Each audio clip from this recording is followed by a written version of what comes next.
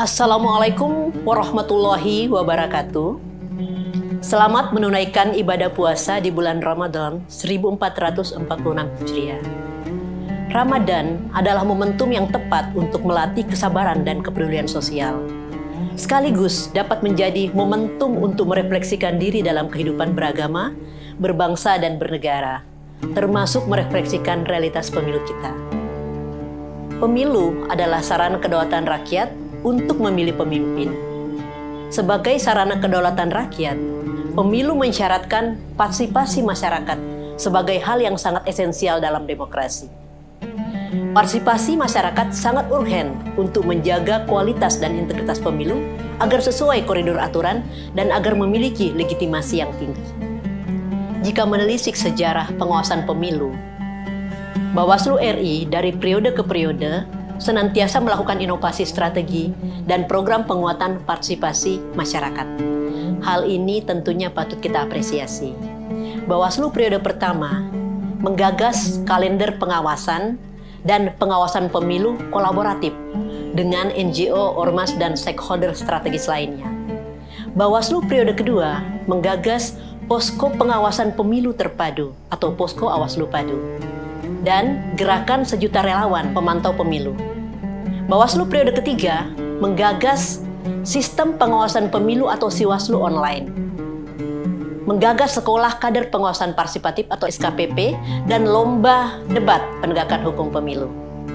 Adapun Bawaslu periode sekarang menggagas sejumlah hal, program, diantaranya pelatihan masyarakat berbasis collaborative learning, yang kedua pendidikan pengawasan partisipatif, dan yang ketiga perempuan berdaya mengawasi. Dan terkait program Ramadan, Bawaslu juga senantiasa berinovasi. Dulu program Tadarus Pengawasan Pemilu, dan sekarang program Ngabuburit Pengawasan Pemilu. Sahabat Bawaslu sekalian, upaya penguatan partisipasi masyarakat sangat relevan dengan spirit Ramadan.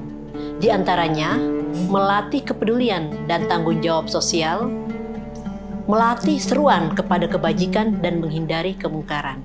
Sebagaimana firman Allah Subhanahu wa Ta'ala dalam Quran Surah Ali Imran ayat 104 yang artinya, "Dan hendaklah di antara kamu ada yang menyeru kepada kebajikan, menyuruh berbuat yang ma'ruf dan mencegah dari yang mungkar. Dan mereka itulah orang-orang yang beruntung." Substansi ayat ini relevan dengan konteks pengawalan demokrasi dan pemilu, di mana semua stakeholders pemilu, terutama rakyat atau masyarakat, sebagai bagian inti dari demokrasi yang memiliki hak dan kewajiban menjalankan fungsi kontrol terhadap pemerintahan. Fungsi kontrol harus dimulai dengan melakukan pengawasan pemilu secara aktif dan kritis terhadap proses dan hasil pemilu agar berjalan sesuai aturan, dan hasil pemilunya, yakni pemimpin yang terpilih, benar-benar mencerminkan kemurnian suara rakyat. Penguatan partisipasi masyarakat dalam pemilu membutuhkan strategi sosialisasi yang tepat dan efektif. Di antaranya, 1. Menggunakan pendekatan edutainment, yakni mengemas sosialisasi pengawasan dengan memadukan antara edukasi dan entertainment. Karena materi pemilu yang berat, kadang perlu diimbangi dengan teknis penyampaian yang ringan dan menyenangkan, sehingga mudah diserap oleh masyarakat dengan latar belakang yang beragam.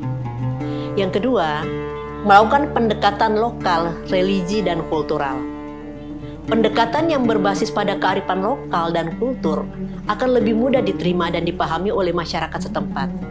Dan sosialisasi tentang aturan pemilu dengan cara mengaitkan aturan pemilu dengan nilai-nilai agama yang relevan akan lebih efektif diterima oleh masyarakat Indonesia yang dikenal religius.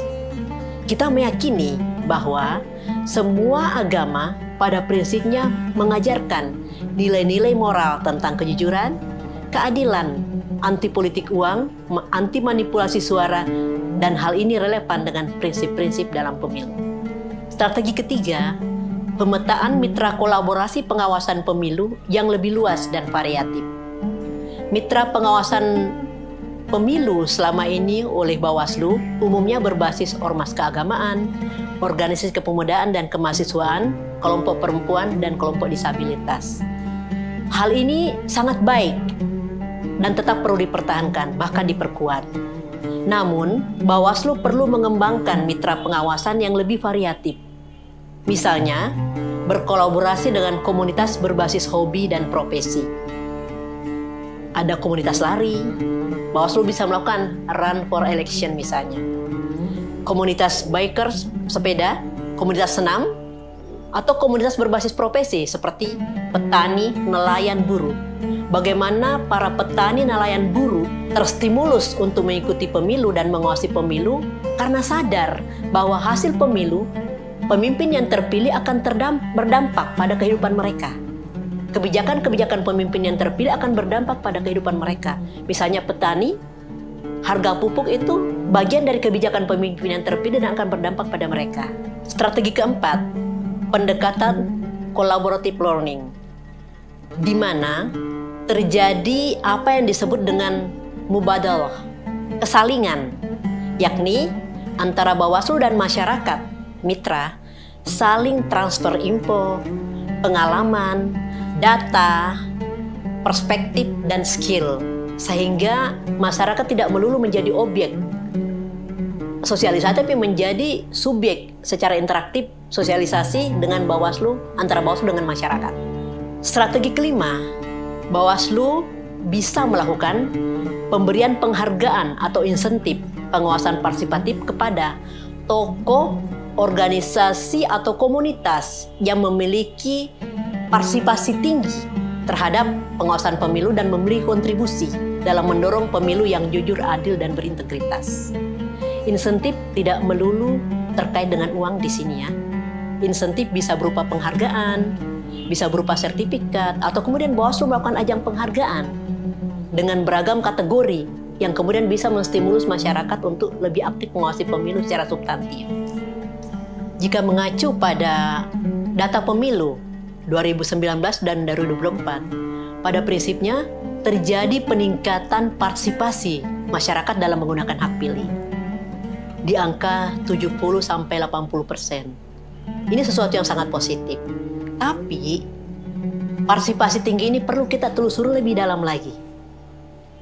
Apakah masyarakat sebatas memilih, menggunakan hak pilihnya, atau kemudian masyarakatnya adalah pemilih yang cerdas, dalam arti betul-betul menelusuri rekam jejak para calon untuk kemudian menentukan pilihannya.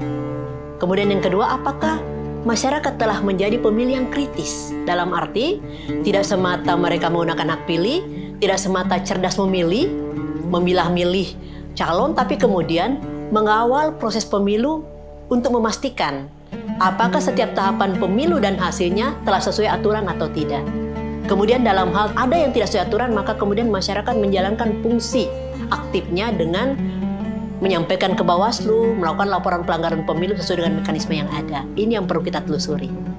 Peran Bawaslu sangat signifikan dalam hal ini untuk memastikan bahwa angka partisipasi tinggi itu dibarengi dengan fungsi partisipasi pengawasan kritis oleh masyarakat. Nah, dalam mengoptimalkan partisipasi kritis masyarakat terdapat sejumlah tantangan dan hambatan berdasarkan pengalaman pemilu yang lalu. Pertama, pendidikan politik yang belum optimal. Tantangan kedua, terdapat kecenderungan apatisme masyarakat. Hal ini bisa karena sebagian masyarakat mungkin merasa suara mereka tidak akan berpengaruh besar terhadap hasil. Bisa jadi masyarakat tidak serak dengan sejumlah calon yang tersedia. Bisa juga karena hasil pemilu sebelumnya dirasa dan dinilai tidak memberikan dampak positif dalam kehidupan masyarakat. Tantangan ketiga adalah maraknya politik uang dan politik transaksional di kalangan elit yang dapat menodai kemurnian partisipasi dan suara masyarakat. Tantangan keempat, hoax dan disinformasi. Tantangan kelima, keterbatasan akses. Upaya KPU dan Bawaslu untuk meluaskan partisipasi masyarakat belum optimal, sehingga kemudian terdapat masyarakat yang mengalami keterbatasan akses. Misalnya, akses untuk informasi terkait laporan pelanggaran pemilu. Mekanismenya seperti apa, formulirnya seperti apa, dan kemudian substansi apa yang harus mereka laporkan. Nah, ini juga menjadi tantangan penguatan partisipasi masyarakat. Sahabat Bawaslu yang budiman, tidak ada pemilu tanpa partisipasi masyarakat. Karena pemilu adalah sarana kedaulatan rakyat.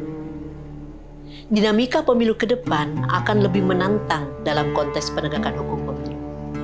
Bawaslu perlu terus berinovasi dalam menerapkan strategi pengawasan untuk mengatasi tantangan tersebut dengan cara memperkuat pengawasan partisipatif. Terakhir, dengan spirit Ramadan, mari kita tingkatkan kepedulian sosial terhadap realitas kehidupan berbangsa dan bernegara, termasuk pengawalan kualitas pemilu. Perkuat sinergi pengawasan pemilu untuk pemilu yang berintegritas dan inklusif. Saya Wahidah Suaib undur diri. Wassalamualaikum warahmatullahi wabarakatuh.